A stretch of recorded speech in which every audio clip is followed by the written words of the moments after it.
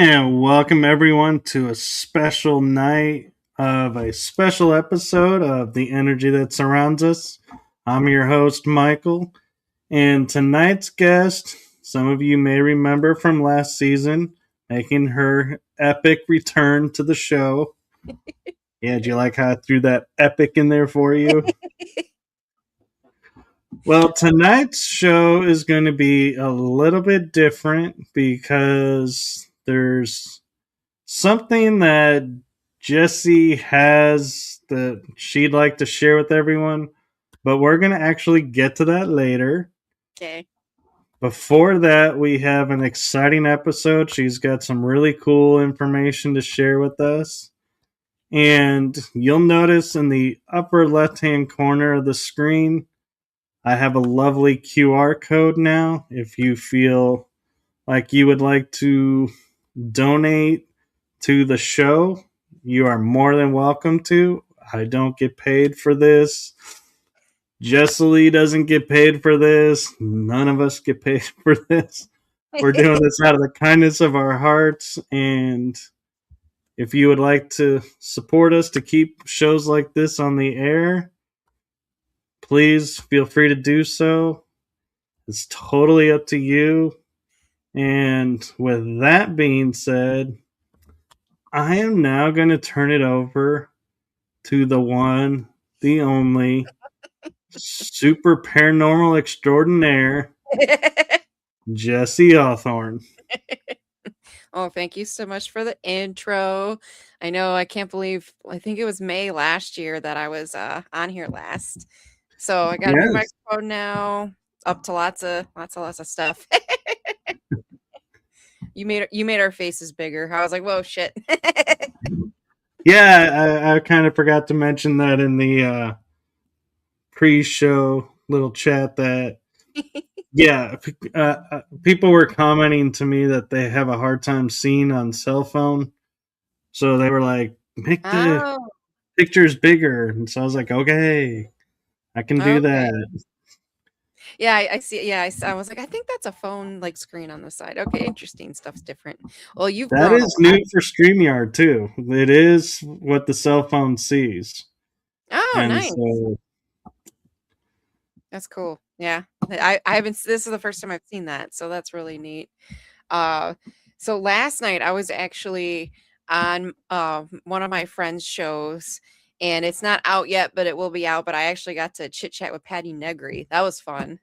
So yeah, ooh, that was what I did last night, and I'm like, oh, and then I got tonight, so it's gonna be fun.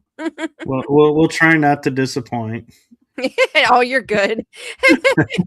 It was my buddy had me, Patty, and then my friend Diet all on there, like all on the show, and it was funny because it was like about psychics. So obviously Patty was like, the most famous, and then Diet is second, and then I'm still just starting stuff and understanding stuff. So I was like the baby. So it was kind of Ah, cool. don't sell yourself short. It's like expert, intermediate, beginner level. That was really funny. Somebody oh, okay. I've got the comments going on the side too because I didn't do that last time, and since then, like, I've learned a lot about, StreamYard and everything, but let's see, so, yeah, last time I was on, I was chit-chatting about, like, how I grew up on the Indian burial ground and some of the experiences that I've had and how the house has been like calling me back, which is it's still happening. I have an itch and I have to go there. I have a team now. I'm part of Spire Paranormal, which is SPIRE, and we do go investigate places. So if I do end up getting the permission from the owner to investigate the old property, I'd have my team, and then also my buddy Larry, who does a lot of film stuff. I'm going to invite him if he'd like to come with to film some stuff because I'm very curious what we would get. Because when I was living there, I didn't think to investigate. I investigated graveyards. I didn't think to investigate my own, like, where I lived, even though I should have, because that's where all the crazy shit happened was on that property. Yeah, and I kind of, I'm curious too, as to see what would happen, being Mhm. screw up if, they would be like, hey, she's back, or be like, you left us, so we're not talking to you. I know, I'm, like, dying to know how it would be, if it would be as active as it was when I was growing up or not as active, because I still don't know, like, what's there. I just know the stuff I experienced, and I know a lot more now about the paranormal, and, like, all like, different types of investigations or investigative methods and stuff, so I wanna put everything that I've learned since I left there and to the test and go there and do, like, an Estes method or have different types of cameras and stuff and everything. That's what I would love to do. So that's hopefully in the future. I gotta talk with the owner about it, if he would be open to my team investigating the property since it's still derelict. Like there's nobody's living there. The house isn't finished still. And from what he's told me, it's all due to like citations and permits and stuff. We left there in 2013. So he's had the property for 13 years now and it's still not a livable house. Like what they did to it. So it's interesting to me. I have a theory actually about that. So when we lived there, there was a gigantic old oak tree in the front. Wasn't in the greatest shape, but we weren't going to cut it down. And then we had like these privacy bushes along each yard, and my mom planted stuff. We had our own like kind of pet cemetery back there. So we added to the land a lot. We never really took away from the land. The new owners, they cut down that old oak tree. So that was like, you might not have wanted to do that because it's an Indian burial ground, but okay. And then they tore out all the privacy bushes that we had on each side of the yard. So you can see into the backyard and the front yard now. Before you couldn't, there were bushes on each side. And then they also destroyed about a half an acre of the wooded area that was in the backyard. So like the creek all the way to the cornfield, all those trees are like gone. Same with the pet cemetery, they disturbed that. They took out the 2 apple trees that we had out front. So I'm wondering if the land and the property is like, "Pfft, you're not gonna live here." And they're having supernatural reason or like supernatural stuff's happening, and that's why they can't get these permits or the citations or whatever it is they need for like construction stuff to continue construction. That's my theory. I would love to go there and ask that. Oh, it makes sense to me, especially if they didn't ask permission, because Mhm. that's something people don't think about is, you know, there's more than one dimension or Yeah. reality in one space. So you mess with one, you mess with them all. Yeah, pretty much. I mean, like in Ireland and England, even they have like, well, you cut down this tree and you upset the fae or the elementals, so you need to plant a fruit tree or something, and as an apology, give them tobacco and cream or something. So out there, they kind of understand it. Here, not really. Like the natives did, but like a lot of America doesn't or refuses to understand that there are other dimensions where we're not the only ones. We can only see 10% of the light spectrum. Like there's a lot that we can't see, you know?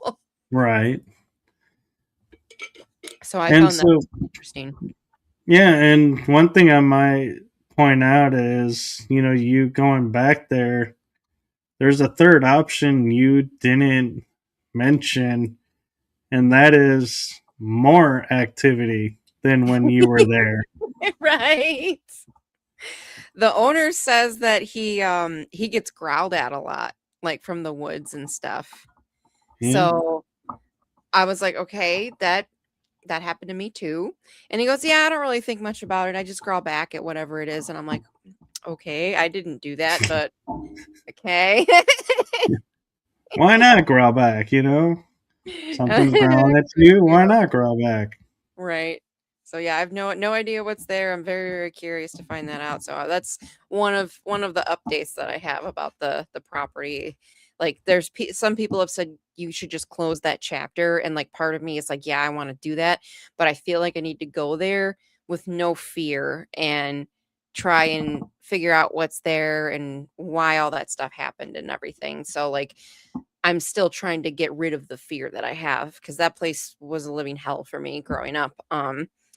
So that's one thing I've been working on. Excuse Well, me. and it could also bring you a lot of closure. Yeah, that's another thing is it will bring me closure. I just have this thing of I think because of the fact I was so afraid, whatever was there fed off of it maybe. So if I go in there without fear, maybe it won't be as I don't want to say negative because I don't know what it is. It won't be as like prominent. I don't know. It's hard to explain what I'm thinking. Like I don't want to get rocks thrown at me. That's for sure. Oh man, I started thinking of a lot of with rocks flying, going, oh, a lot of scenarios. Yeah, none of them are good though. Right. Although, if they no, not even wrapped in snow. I was gonna say if it's still winter time, you might get a break there. Right. Just have to we could go in the woods a little bit further than if it was spring or summer. So, think that's what I'm thinking about doing. I mean, I'm still in the process of finishing up my book cuz it's like I'll start it and then I hit like a block and then I'm like I don't really know where to go from here and like when I did start it, it just like I didn't even realize what I typed. I just boop, boop, boop, went and then went back about like 2 or 3 weeks later. I'm like, okay, I haven't I need to write something down. Like I just remembered this memory that popped up. And I go in there, I'm like, oh, what did I even type? And I'm reading, I'm like, I don't remember typing most of this. Holy crap. It just like flowed through me. Yeah, it's amazing when that happens, and I was talking with a friend about writing, and they say when your energy and your spirit and everything is in alignment to Mhm. what you're writing, the topic, you can write it in a month or less. You Yeah. can write it fast. If Mhm. you're not, any one of those out of alignment, they're like, yeah, it could take you longer. You'll still get it done, but it just won't be as quick Mhm. until you get yourself back in alignment. And Right. so, but the thing about it is, don't rush it. Don't, like force it. Just, let it happen and, just let it flow. And then when you feel it's done, be like, okay, we're done. Find someone to edit it and get you a Yeah. cover and off you go. Yeah. It's my first book, so like I'm learning and I got so many friends, like including you that have written books and have like talked to me about different stuff. Like, oh, you'll have to do this, you'll have to do that. I'm like, okay, noted. Not exactly there yet. I gotta finish it first. And I've had people like, oh, are you done with your book yet? No, sorry, because a lot of people want to read like the full story from beginning to end and to today and Right. everything. Yeah. The one advice I will give you for the book, just to save you a lot of time and headache, is most books I was told are like 9 by 6. So wherever you're typing the book, preset your margins to 9 by 6. Hmm. So then when you go to upload it and make the book, it's all done. You don't have to go back and resize everything and refigure Okay. everything. I didn't know that. Interesting. Yeah, I've been you using, can. Google Docs for mine.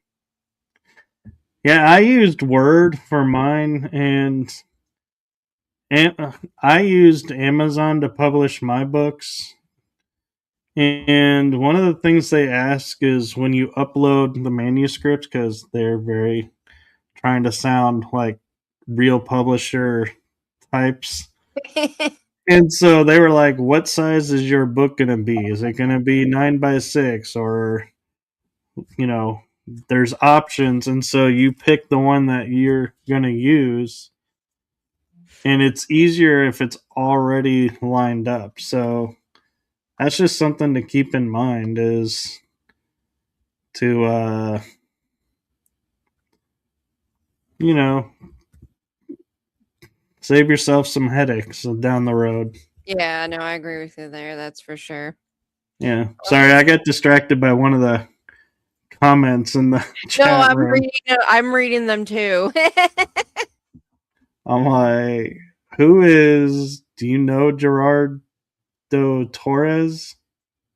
I don't think so. What is the wife password? Maybe they're asking what's the Wi-Fi password, but why would they be saying that here? Yeah. I'm like, I'd hope you'd already be connected.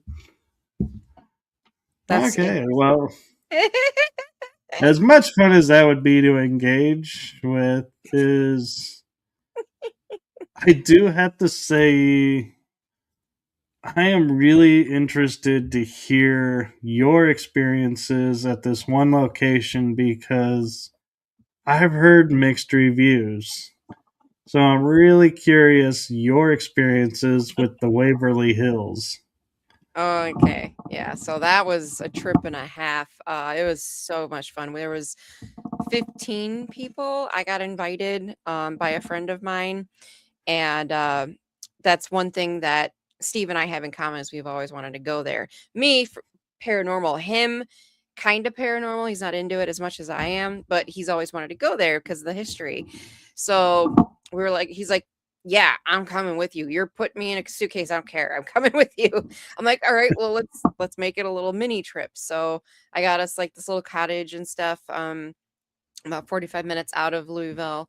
Um, so going to it in person, it is huge. Like I've seen it on TV, obviously everybody has, and I've heard people say that it's a big location, and yeah, when you get there, it's like it's gigantic. So that was definitely like a wow moment. And then so I went in there cold. That's what I've been doing a lot lately is I don't look up history. Like I know, little bits here and there just, cuz it's Waverly. Um but I didn't know everything. I know obviously it's tuberculosis and stuff and they I didn't know so there was I'll talk about this in a minute. There was a floor there. The only time I've ever felt this was at my old house. The most uncomfortable, like, I don't know, it's hard to describe. I wanna say negative, but I don't know if it's negative.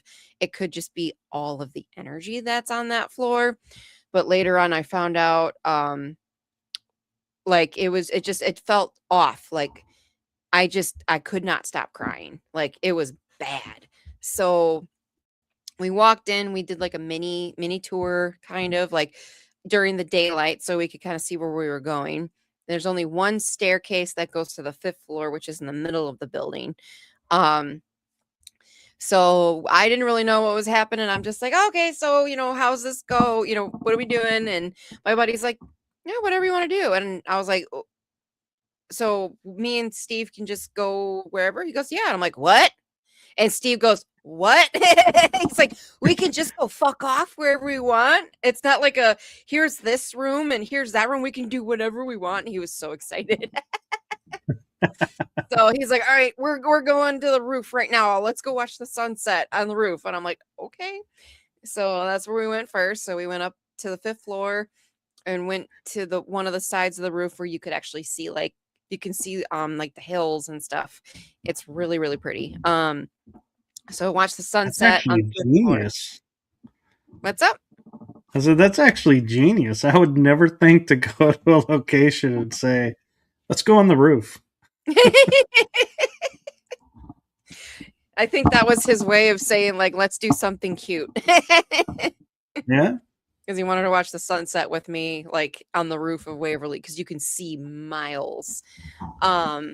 So we did that, and then we were like, all right, well, we can look around up here on the 5th floor. Steve bought me a pair of dowsing rods there. So I finally have dowsing rods. So I was getting the hang of those. And from what I've been hearing from a lot of my friends and fellow investigators, I get some of the best dowsing rod answers that they've ever seen. And so it's like they're connected to me. So I've been using those a lot. Like even at home I use them. So where did we go after the roof? I think we went back. We checked out 502, which is um I didn't know this at the time. I felt a woman, and I felt she was in like some type of pain, and that she definitely died in that room. And it turns out, oh, there was a nurse that either A, homicide, or B, she killed herself. And that's still up in the air because nobody knows, investigators have gotten both stories. And then I was also picking up like somebody being pushed off the roof. Like I was picking all of this up on the fifth floor, and I'm like, interesting. And then so we tried to connect with her, didn't really get much. And then we went down.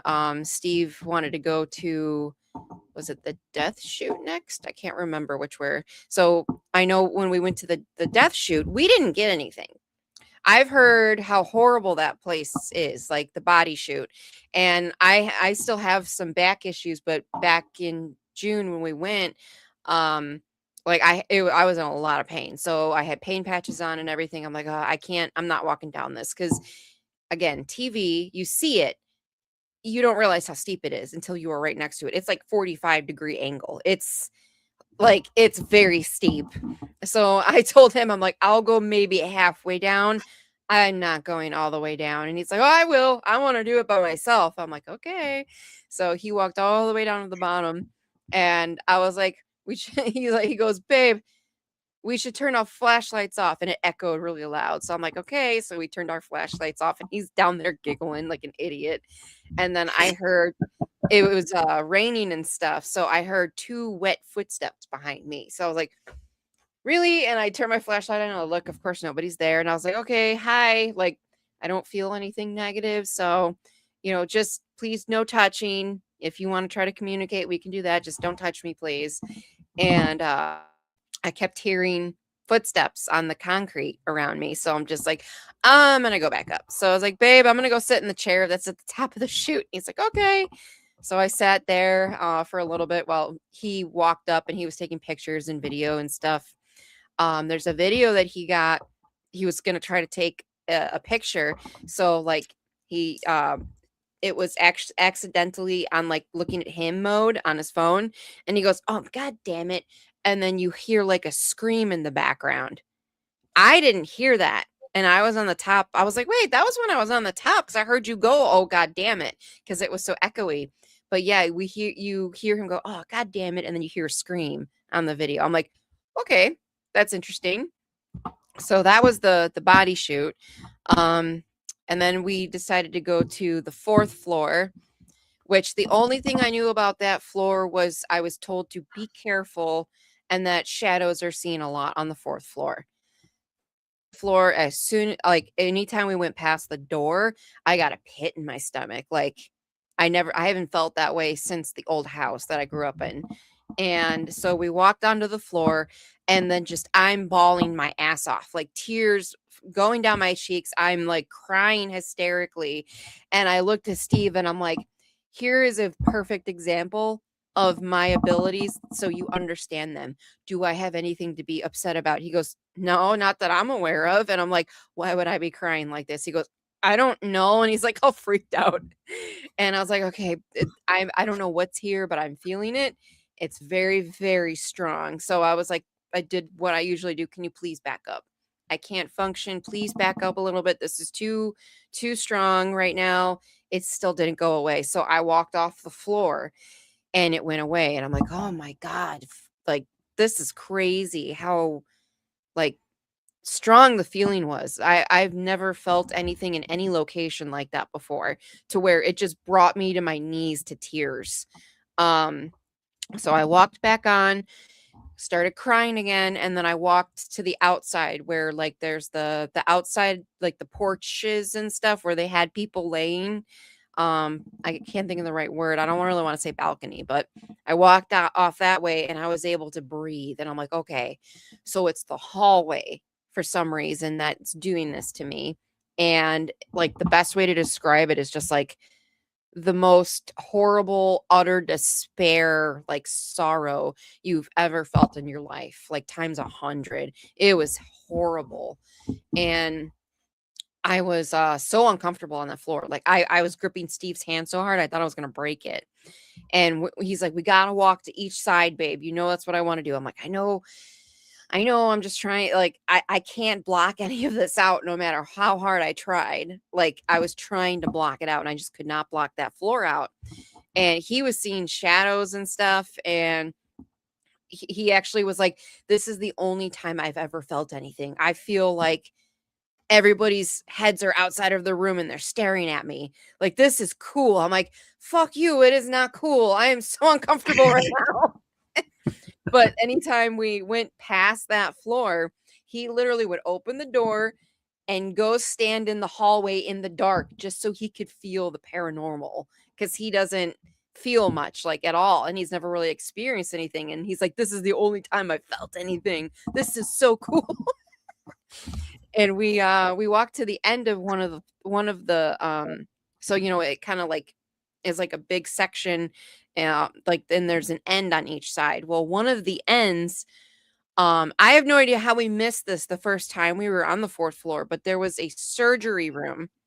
And again, I did no research. I didn't realize that, but when I was there, like I felt like a psych ward kind of too, like it like unstable. And it turns out that the fourth floor was the surgery floor as well as like the mental health floor. And I was like, "Oh, I didn't know that. That explains why the energy was so chaotic and so thick on that floor, because people were waiting to get their lungs taken out or their ribs broken or God knows what else they did for the tuberculosis." Um so that would explain like why there was such strong despair there, because people were like, "Oh, I'm gonna die," and they were on that floor. At least that's what I feel. So after the fourth floor, we went on the third floor or the second floor. I think it was the second floor. Um, no, it was the third floor. We went down one, and when we got to that floor, I don't know what it was, but something was draining the shit out of me. Like I was exhausted. Like I could barely walk. So again, I asked it to please back off. You're, draining too much of my energy. And I ironically I set a REM pod up and then poof, battery died. So I'm like, "Oh, okay." And then my flashlight started flickering. I'm like, "No, don't you dare." Like cut out my flashlight. And I told Steve, I was like, "All right, if you want to explore, go ahead. I need to sit," because they had random folding chairs set up everywhere. So the one was on the balcony of the third floor. So I sat down. I'm just chilling, listening, because it's, summer in Kentucky. So it's pretty freaking warm and there's bugs and lightning bugs and everything. So I'm just trying to gather my energy and ground myself again so nothing could, drain me. And I just happened to like look a little bit towards my right, and where Steve was, I could see his flashlight like going around, and he got attacked by bats. Like he had bats flying at his head and shit. So that was really funny. So because Did he do the Batman thing? He's obsessed with Batman, so he was making Batman jokes all night. So I just hear him go, "Oh fuck," and then he's like, "Oh, are you serious? God damn it!" I'm like, "What's the matter?" It's like, "There's freaking bats on this floor," and I'm like, "Oh yeah, I forgot there were bats here. I forgot to tell you about that because he's 6'1". So I was like, "You should probably turn your flashlight out, babe." And right before he did that, I saw this. So I haven't even explored the floor yet. We walked a little bit, and I went straight to the balcony. I don't know which rooms or what, like nothing. I saw this very shadowy figure that was, I don't know, maybe 3 foot tall, 2.5, 3 feet tall, like just a misty figure. And it literally was, so as Steve was turning his light out, I saw it. So I saw like a head, and then I saw the black misty figure, and then his flashlight went out, and I was like, okay, what was that?" So I got up and I went to investigate. It's literally a brick wall, and then it goes into, there's no windows. So it went into a room that would have had windows. And I was like, "Babe, come here."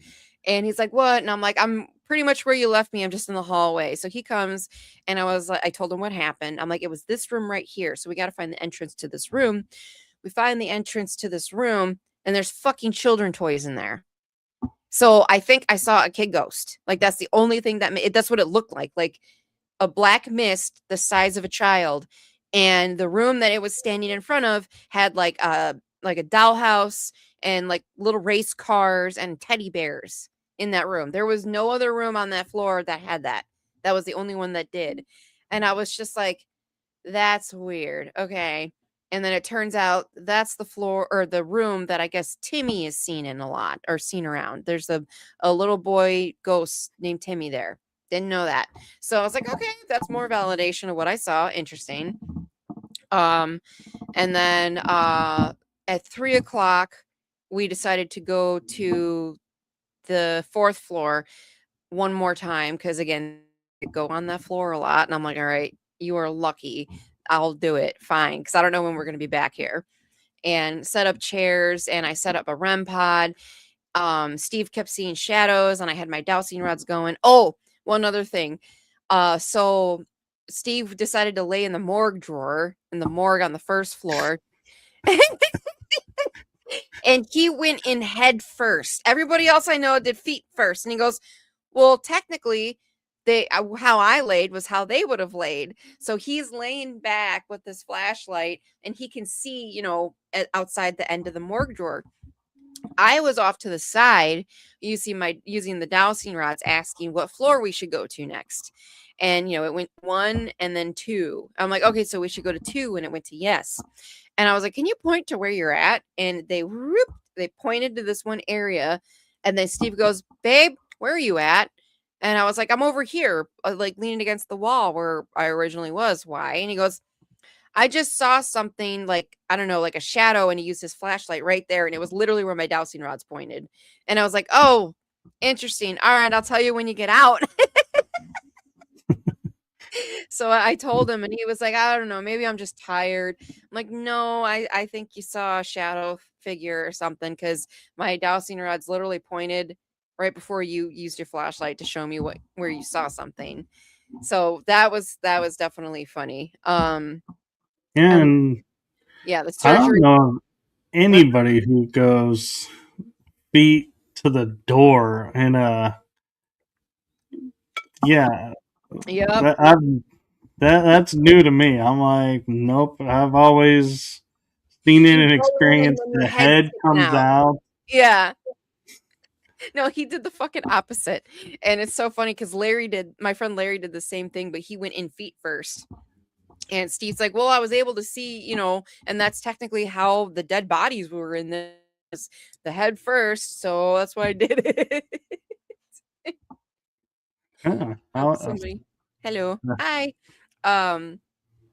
So that was definitely really funny. And then again, yeah, we went back to the 4th floor around 3. And he kept so the way that the one surgery room was it was like off to the side. So there's like a mini hallway that looked into an atrium. So he was sitting right under the surgery light, and I had a REM pod on a chair in front of him, and then I was off to the side with the dowsing rods, and he kept seeing shadows like walking around and walking back and forth. So I thought that was interesting. And he's like, oh, are you a worker? And they went to yes. And are you a nurse? They went to yes. And he's like, oh, are you doing your rounds? And they went to yes. So that was the information that we got. And I was like, oh, okay. Well, and then we had to leave at around 4-ish. So about like a month or two late, no, a couple months afterwards, my friend that invited me, he has his own podcast. So he decided to have everybody that was there on the podcast to talk about what happened. Obviously, Steve wants nothing to do with that because he hates cameras. So he's like, you do that. I'm not doing that. I'm like, okay, fine. And so earlier, how I said I kept feeling like a woman was pushed off the roof. another psychic there. Like, so me and Steve were by ourselves pretty much the whole time, and unless we went to home base, which was in the basement that had air conditioning and had water, because you couldn't bring anything really in the building. You had to go down there for it. And they had working bathrooms. I was very happy about that. So whenever we went to home base, we would see everybody, say hi, rest for a little bit, then go back into the building. So there were two other psychics there, and one of the psychics, she said, we were all just chit-chatting, and we were talking about the 5th floor. And she was saying how she connected with this nurse that says that she got pushed off of the roof because one of the doctors got her pregnant. And I'm like, what?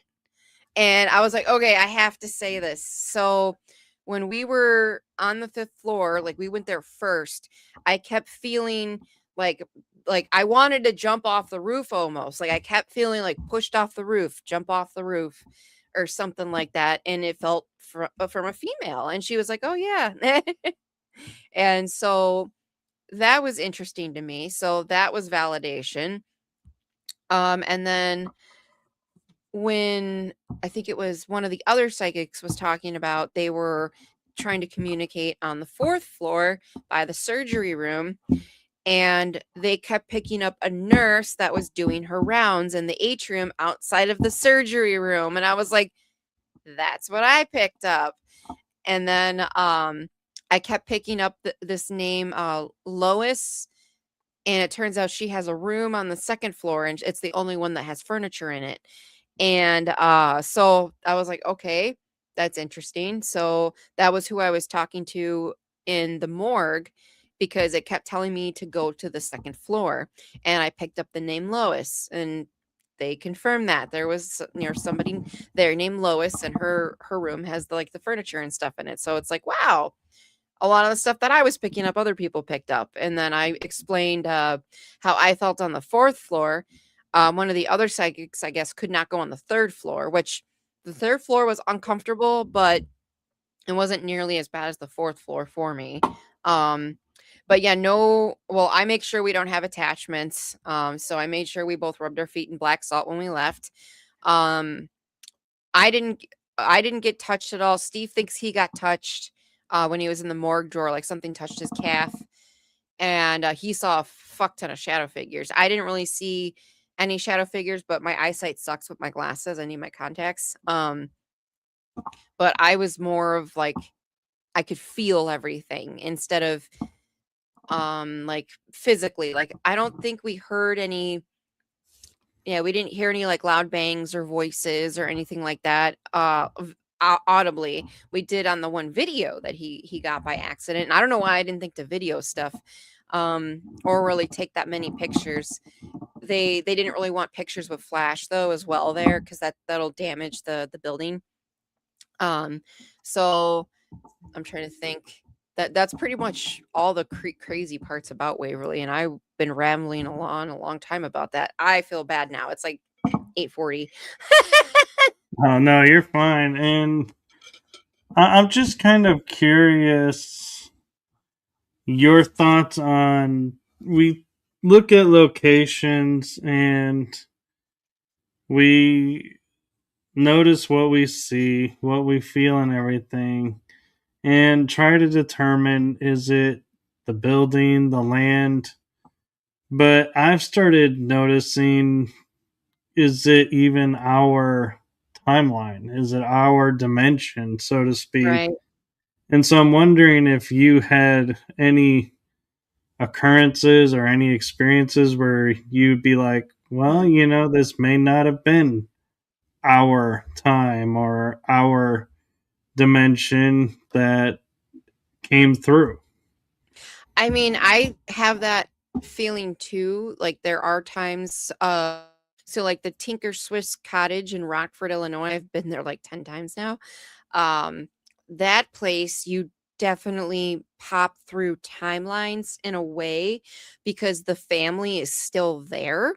But then there's times where they're talking with you, and it's almost like they're there in their time, and like you punctured through in a way, like the way that they answer, and they answer very quickly.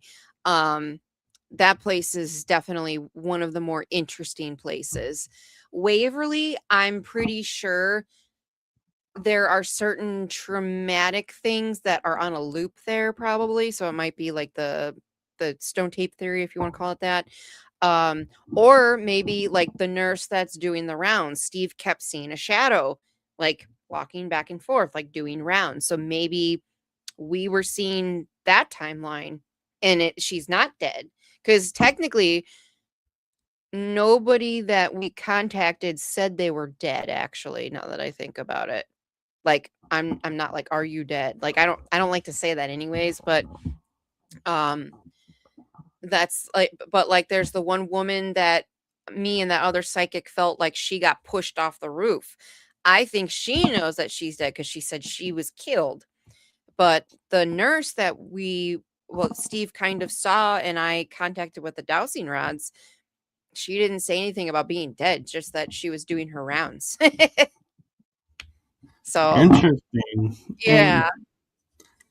I have another interesting theory for you. I'm curious if you've ever thought about, and it kind of deals with the shadows. Is yes, there are shadow beings that, do, mischievous things and Mhm. cause problems, but there's also shadows that are helpful, beneficial, like kind of like teachers. Yeah, I think we talked about this And last time too, yeah. No, they're not all well, I've had a new conclusion to the theory come up, and Mhm. that is, I don't know where your stance on like extraterrestrials and Oh, I could talk about that all day. everything. And I was, I started thinking, how does our first contact work? Well, we study people and then we gather enough information and approach them. Well, what if shadow beings are ETs studying us to Mhm. make first contact? So I'm curious, with all the shadows that you both experienced, did you ever get a feeling like, hey, you may not actually be from around here? Maybe on my property, Waverly, I didn't really get that. I felt a lot of people and a lot of people emotions there instead of something unfamiliar. So I think Waverly definitely has its stamp in time, if you want to put it that way. What it was, what happened there. I didn't really feel any extraterrestrial presences, and I've been around them before because I do the CE5s and stuff, so the close encounters of the fifth kind. So I've been in the presence of extraterrestrial beings, and they have a different vibe, I guess, energy. Like one time, when I first started doing CE5s, my friend, he was in contact with like these orbs that floated around his house all the time, and I was telling him that was like I was freezing. I couldn't get warm, and I just had the worst migraine for like 3 days now, and I don't know what it was. I was doing meditations and stuff, and he's like, "Oh, you've been getting downloads." And I'm like, "Oh, okay." And he's like, "Why don't you ask them to like ease up a little bit, because you can't function, because they never want to hurt you. They want you to have the information." And I'm like, "Okay." So I was like, "Could you please ease up a little bit? Like, I can't function. I've got a migraine. I haven't been eating or sleeping." And next thing I know, I felt like my whole body was goosebumps, and I felt this euphoric like love feeling. Like, I can't even explain it. The only other time I felt that was from touch, or not touching, 'cause you're not allowed to touch it, but from meditating with the Mitchell Hedges crystal skull, because I've been able to be in the presence of that like 4 different times. That's the only other time I had that euphoric-y, like, just loving warmth feeling. It's really like a hug from the universe. So that happened, and then my headache went away, and then I wasn't cold anymore. I was like toasty warm. Like, it literally felt like a warm hug around me. It was freaking weird. So that's why, like, the few times I know for a fact I've been around extraterrestrial stuff, it's that type of feeling. And um talking with Chris Bledsoe as well, he sees orbs all the time every day. And I've been done CE5s with him, and he like I explained that and he goes, "Yeah, that's them. That's, that's the love that they have for, excuse me, the love that they have for us. So you felt that. That's how you can tell if you're in the presence of them and not our military." And I was like, "Oh, interesting. Okay." So, yeah, that's how I know what an ET would feel like, I guess. Are you reading the comment? Yeah. Oh no, I was looking. Linda Judd was commenting. The first ghost I saw was an apparition. I could still see his details, so I contacted some psychic medium as a go-between to help me talk to him. Turns out he didn't know he was dead. Then I asked if he wanted help to cross over. He said yes, but let me say goodbye to friends. Hmm. Interesting. Yeah, and that's one thing that I find curious, and thank you for bringing that up, Linda, is, we go to these locations and like Waverly, where there's a lot of imprinted trauma energy there, but yet you never hear of anyone saying they want to leave. They want to be freed. Mhm. Why do you think that is? Why do you think they're so attached to being at that location and don't want to go anywhere else? Well, I haven't had that experience. Well, I mean, I was only there the one time, and none of us well, I don't know if anybody else asked, but I didn't ask if they wanted to be freed. Um well, Chris Fleming, when I go investigations with him, if certain spirits come through, he does ask that. At Tinker Swiss Cottage, we've had a couple, I guess you could call them walk-ins, spirits that just walked into Tinker Cottage and was like, "Hey, what's going on?" And they like this one spirit got murdered, and he had a lot of like he wanted vengeance for his death and everything, and we pretty much we were like, "Well, you can't cross over if you want that. Like, you need to come to peace with that. It's horrible what happened to you." And we were actually able to cross that spirit over. Um, I think there's like an in between. Like, I think there's spirits that are still kind of in our realm, and then there's ones that have crossed over and they come back. Chris actually has the same thing. Like, "Oh, this spirit's already crossed over." But they're here looking out for somebody or for you, or um they're here helping other people or helping other spirits, but they've crossed over. So I think it depends, I guess, on the person. Some people at Waverly might, it might be a timeline and they're not ghosts, so they're not going to ask to, be let free. Or there's ones that might feel like they're stuck there, like maybe they don't even really realize what's going on, and they don't might not have the opportunity, like, who knows? Yeah, I just think it's kind of interesting because Yeah. all these places people go to, they're like, "Oh, we crossed this person or we helped this person," but you never really hear that from Waverly. Interesting.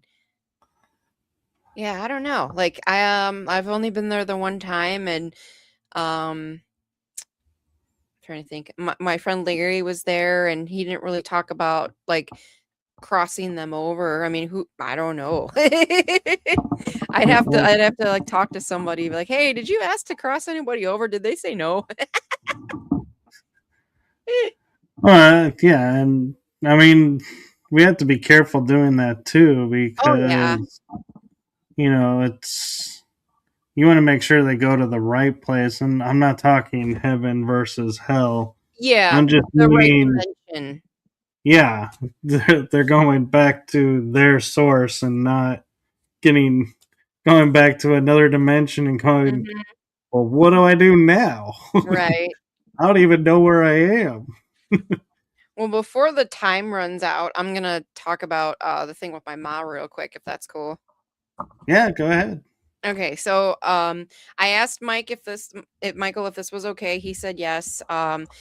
So on January 24th, I live in Illinois, and that was the -40-degree day that we had here. My mom and my stepdad had a really bad house fire that destroyed the house that they were living in. They're both on disability, so they have like no income and they don't have like a savings account or anything. They're okay. And the animals that my mom works at a shelter and she looks after animals and stuff. All the animals are okay. I gave Michael a link for the GoFundMe and I've got pictures and stuff of the, I guess you could say, disaster. So I'm asking if anybody's able to. Every little bit helps. I do have a goal so they're able to stay like in the temporary house that they're at until insurance actually picks up their feet and does something, because I'm sure everybody knows insurance is a scam and they don't really care. Um, so the little bit that I've been able to get from friends and people I know has helped them get new clothes and food and stuff, because like anything cloth is gone like from the house. A lot of the appliances are going to be trashed from what I understand too from my mom. um, and then I also have like Venmo. I've had people send me stuff via Venmo or Cash App or PayPal, because GoFundMe does take fees. I found that out. My Venmo is Jessiy H. So how I spell my name, JESSIYH. I believe that's my Cash App too. And then I think anything PayPal related, you might have to search for my name, or Zelle as well. If anybody wants to do that, you can find me on Facebook by Jessiy Hawthorne. I think I've got a picture of me playing a bass right now. I don't have the cool background right now. If you want to talk to me through Facebook, don't contact Michael. He's not my agent. So any help would be greatly appreciated. I do know a lot of people, and I wanted to try and help out some really caring people that pretty much have done nothing but good for their whole lives. Like my mom's one of the kindest person or people that I've ever met. All she does is volunteer and take care of animals, whether it be ones she helps outside that she finds, or she fosters animals to get them back into a healthy home. So any help would be appreciated. She actually told me, nobody knows about us, Jess. Nobody cares about us, so nobody's going to help us. So I'm trying to prove her wrong and say that they do matter, just like everybody matters. Everybody matters. Everybody has their own purpose and everything in life, and nobody should feel isolated and like they don't matter. So anything would be appreciated, and I appreciate it so much. So Jessiy Hawthorne on Facebook, if you want to message me and ask for any more information, and then he's got the GoFundMe link on the bottom of the screen. So thank you guys so much. I appreciate it. Yes, and make sure when you look up her name, because she and I had a lot of back and forth on this. It's spelled Jessiy. Yep. Oh god, I gotta Uh, be the weirdo. I can't help it. no, she's talking about me being an agent in full transparency, because I was like, yeah, people have a tendency to come to me to get a hold of my guests, and I'm like, with everything going on, I'm like, if you really want help, just put your information out there. And, Right. don't make me the middleman. And so that's where that little fun comes from. And Linda Judd is saying the spirits, those ghosts that crossed over and came back, are safer to be around because they relearned how to get energy from Earth. Yep. Ghosts take their energy from live beings. Yep. I agree with that. And then she says, learning self love is so important. Oh, Yes, it it is. is. It is. I learned that the hard way. So I do love myself, and some people like they don't understand how a lot of I mean, I'm sure everybody gets attacked, and there is, I think we talked about it before, the paranormal drama, and I don't let any of that crap bother me. I'm just like, just keep me out of it. I don't care. Like, I'm me. I like who I am as a person. You don't, I'm sorry you don't. That's not my problem. Yeah. I'm wondering too with your home, your that you grew up with. Hmm. You say the woods got chopped down, like half of it. I Yeah. remember in our episode you were talking about there was a spot in the woods that you went to where you saw like a ritual taking place and then Oh, that was the left. cemetery that was a little bit down the road from my house. Uh, Okay, because I was curious if that was part of the teardown and was like, no, ooh, so the area is, I really don't like to look at it this way, but it seems there's history there that's very, very dark, and there's still people practicing very dark stuff, and I don't worship, if you want to put it that way, for money and power, because that town that I grew up in is kind of run by a couple families. And if you don't have that last name, you get ostracized. I didn't have that last name, and these people have mansions and property and cars and horses and all of this. And one of the times that I did see a ritual going around, like, I don't know, in the field, because we were just driving around at nighttime, country, bored. Um, Me and two friends saw like fire, and like torches, I guess you could say, as well as like a kind of a bonfire. And then we saw robed figures around it, and we were like, what? Like this? No, that's TV. That's movie shit. That's not real. Like, nobody does that. Like, what the hell? And then, because we were in a car, I'm sure they heard the car on the gravel. Three of them turned around and started walking towards us. And my friend that was, driving was like, fuck this. And he hit the gas. I was in the back seat, and I flew back, and we were just driving around talking about it. Like, what was that? What did we accidentally like stumble into? To this day, I still don't know. And then there's the cemetery that's literally the same distance. So from my house and my property, one way is where we saw the ritual, and the opposite direction is where the cemetery was, that had the disturbed graves, as well as the pentagram that was made out of gravestones, and then like an altar made out of gravestones with candle wax on it. And that's where me and some friends went just to check it out.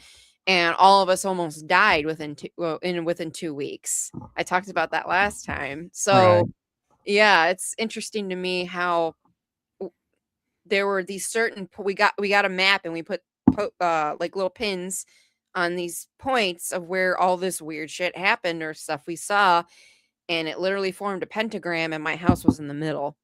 So the Indian burial ground was in the middle, and then all the weird shit was little points outside of it. That was, oh god, when was that? That was like 2006 or 7, I think. So it was still it was when I was still living there with my mom. So that was definitely interesting finding that out. Yeah, and you mentioned now that you have Spire, and Yes. so tell us about it. So it's the team I'm a part of. My friend Ed Levin, he's the lead investigator.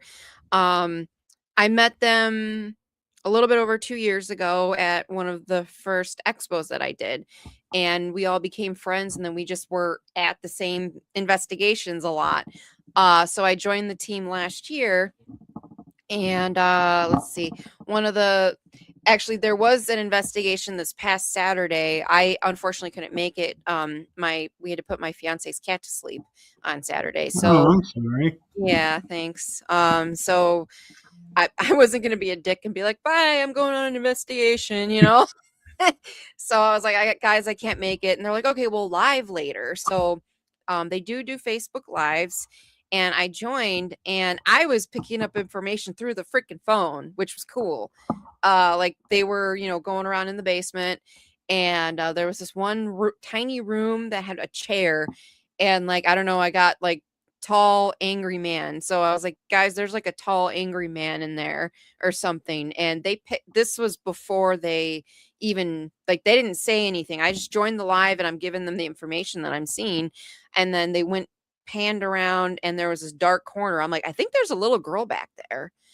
And sure enough, Mike, who also is a psychic, he was on the live. He goes, yeah, there's a little girl back there. And then when they went upstairs, because it was a bar and grill, they were panning around the bar, and there was the bar and then the stools, and then on the wall there was all those like stupid like slot machines or whatever, the games, video games or whatever it is that they have in bars now. Right. So I saw that, but I didn't see it. I visually saw it, but in my head, this image popped up of like girls in flapper outfits, guys with the fedoras, like 1920s type of shit, just like popped into my head real quick. And so I was like, okay, I don't know why, but when you were panning around, I saw like an image of 1920s like flapper dresses, the music and like prohibition type of stuff era. And sure enough, that was accurate. That place was open then, so more than likely they were a part of all of that. So I was like, holy crap, that's cool. So I'm doing like the psychic shit like through live, which I haven't really been able to do that much. I had a one-on-one with Chris Fleming in early January, and so he was, well, for one, he was giving me shit. He's like, you don't need my help, Jess. Like, what the hell? I was like, I don't know. Like, I wanted to try. And he's like, no, you're good. You don't need my help. And he was telling me one of the things I should do is like set intentions and everything. Like, I want to communicate with positive beings. Whoever's here, please come and communicate with me. So I was itching for an investigation. So I was like, yay, I'm going on one. And then I couldn't go. So I was like, all right, I'll try the live. And that still worked. So I thought that was really cool. Yeah. We also investigated a different bar in December. They don't want their name out there, so I can't really say. So undisclosed location, and we got some cool evidence. We actually have so we had like apps going on the phone. I know a lot of people are skeptical about that, and I am too. But it was just interesting because we had static cameras set up and some of the apps going through speakers. And when we were going through the evidence, like Ed would ask a question like, oh, are you Johnny James or whatever? He would say, are you so and so? And then you hear yes as an EVP from the camera, and then the app said the same thing. That happened on 4 different occasions. I think another question was like, were you whacked? Because there was mob stuff that went on there, and it said we heard yes on the camera and then yes on one of the phone apps. So that was kind of interesting. I've never experienced that before where you get both. Usually it's just one, but you heard the whisper and then you heard the app say it. So that was really cool. So Yeah, it's kind of funny when you were talking about the first bar when you first started describing it. I heard a voice in my head go "speakeasy," and oh, then you cool. said, "Oh, that they were in during," and I was like, "Oh yeah, that's a Yep. speakeasy." That's interesting and that's cool. So yeah, it's Spire, SPIRE Paranormal. It's on Facebook. Um but we also do like home investigations and everything, like an actual paranormal team. The card actually says got ghosts, we can help. So it's fun being a part of a team.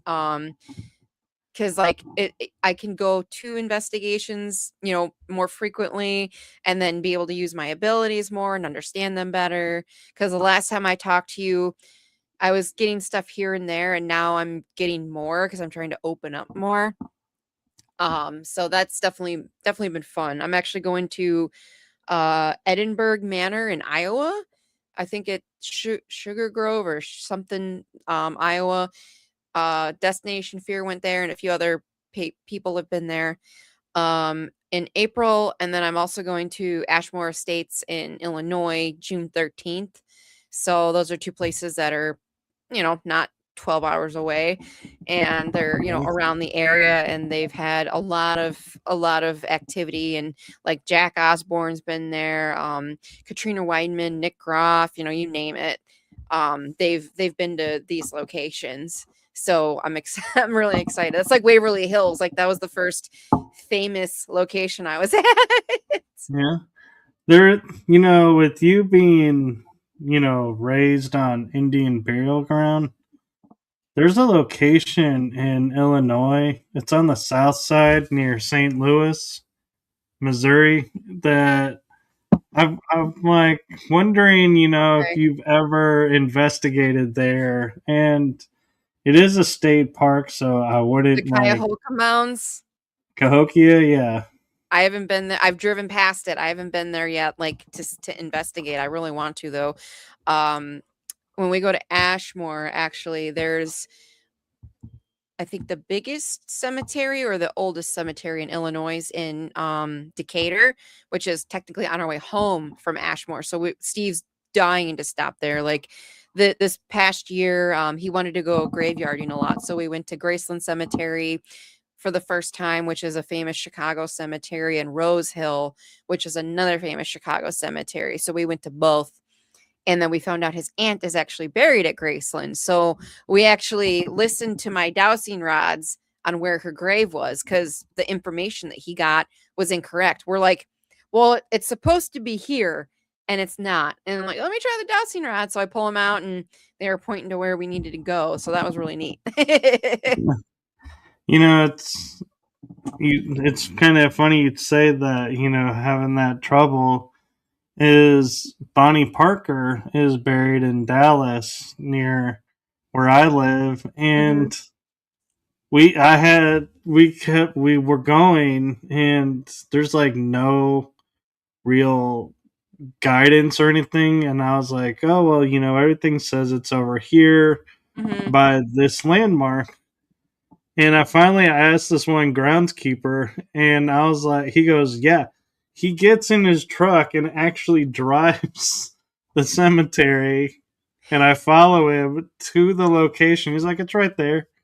And I was like, oh, okay. And so then there's Bonnie and her mom, and they were supposedly last year going to move Bonnie to be with Clyde because he's in another cemetery, but I don't know that ever went through, and I question if that's even possible at this point. I mean, when you think about they were buried in the 30s, Mhm. the 1930s, it's almost 2030. So that's 100 years. Yeah. I don't think that they would have been put in like ultra fancy coffins.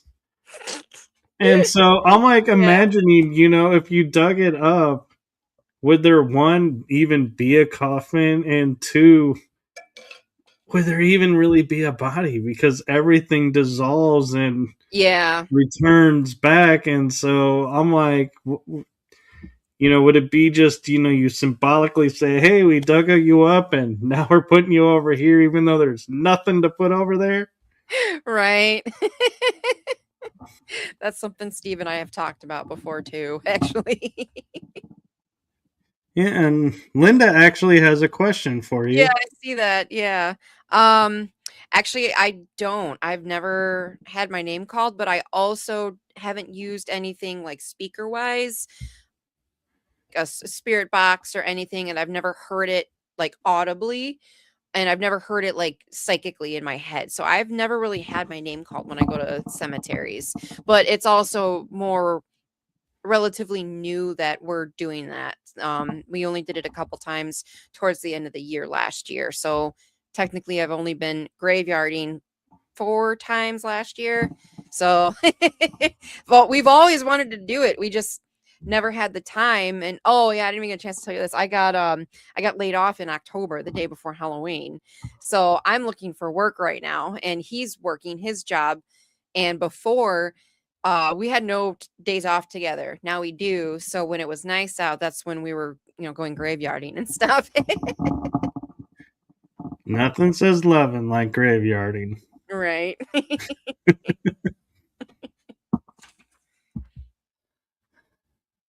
She says graveyards are technically different than cemeteries. That's true. There's a difference. My fiance calls it graveyarding, so that's why I say that. Yeah. Uh,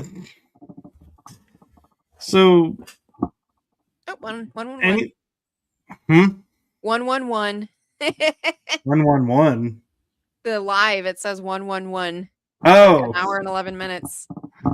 I was like, you threw me off because I was thinking, wait, what angel number 111? Where are we seeing that?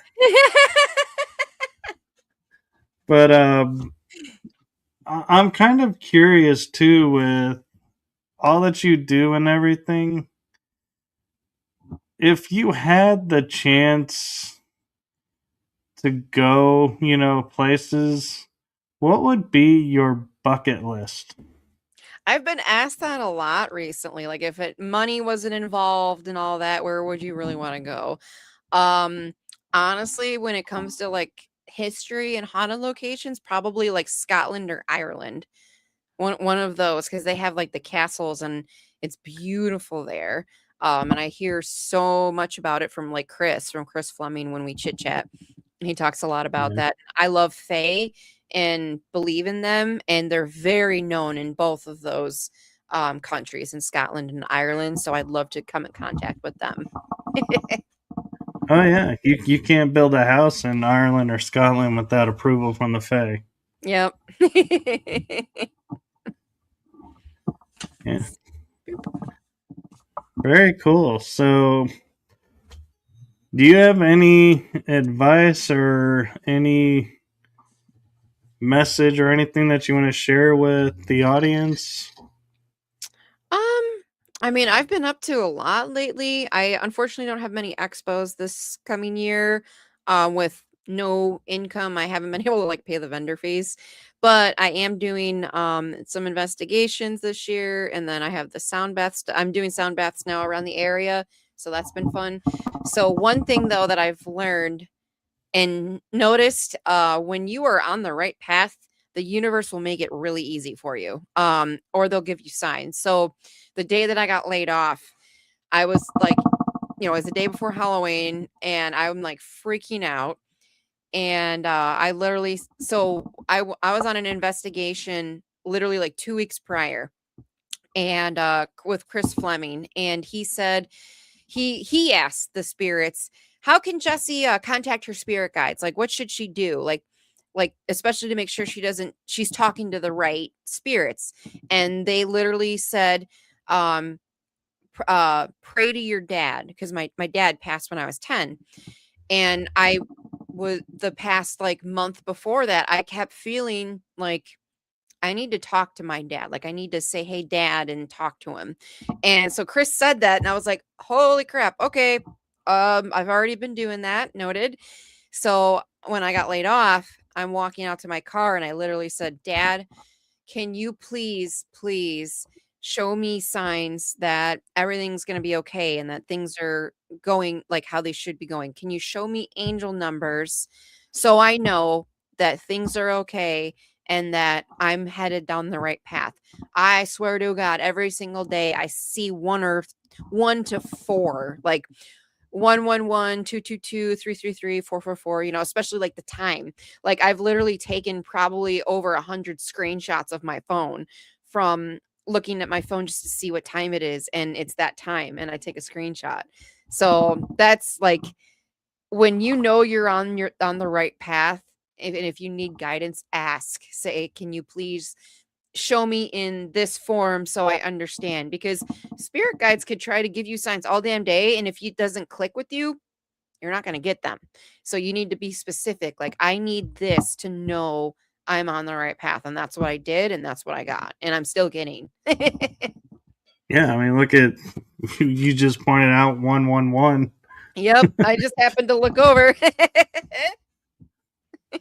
Very cool. Well, before we wrap up and say goodnight, on this special episode. There is something new that I do on the shows. And before I do that, Linda says, I ask see your that dad if he wants to help with your ghost investigations. he Nice has. connector. He's come through before. And we have a phrase or two words, let's put it that way, that I hear or I listen for to know it's him. So he knows. So he's telling me, "Hey, it's me. I'm here." So I've been able to do that twice now. So that's been fun. Very cool. All right. Well, I have a message for you. Ooh. From my heart and the heart of my show, thank you for what you're doing for humanity and everything. It Aw. is seen, heard, and felt. It's appreciated. So thank you. Thank you. I appreciate that. That's nice. And you were the first person to do something like that. So you get props for that. Oh, I started it, I think, like mid season last year, and Mhm. it kind of just stuck. And Yeah. uh, I like it. It's kind of nice. It's, And you you never know, know, that could always brighten somebody's day too. Like, my mom always taught me, always be kind. You never know what somebody's going through. And even just telling somebody that they look nice can make someone's day. yeah. It was And nice there to meet you you, go. Linda. Well, thank you. Thank you for sharing with us and updating us. And ironically, I'm going to say thank you for going to the episode to see what was we shared and what we wanted to share but didn't get to, so we could get to it tonight. So, and we managed to get to all of our topics tonight. Mhm. So, thank you for that. And Yeah, thank you for reaching out and asking to come back on again. And keeping in touch. So thank you for of that. course. Yeah, I'm always open to come back on and everything. I like to talk and I like to share experiences and show people that, it's okay. Nobody's alone in this and we're all together. And as long as we love each other, that's what matters. Exactly. Couldn't say it better myself. And with that, I think that's a good out point. And so we will say good night to everybody. Night, everybody. Tomorrow, tomorrow we have channeling with Starseed Lolo at 3 to 3:30. And then Lindsay Brooke is coming on tomorrow night for the regular episode time. So be sure to tune in for that. And with that, I'm going to say good night, blessings, hope to everyone. Good night. Night. Bye, everybody.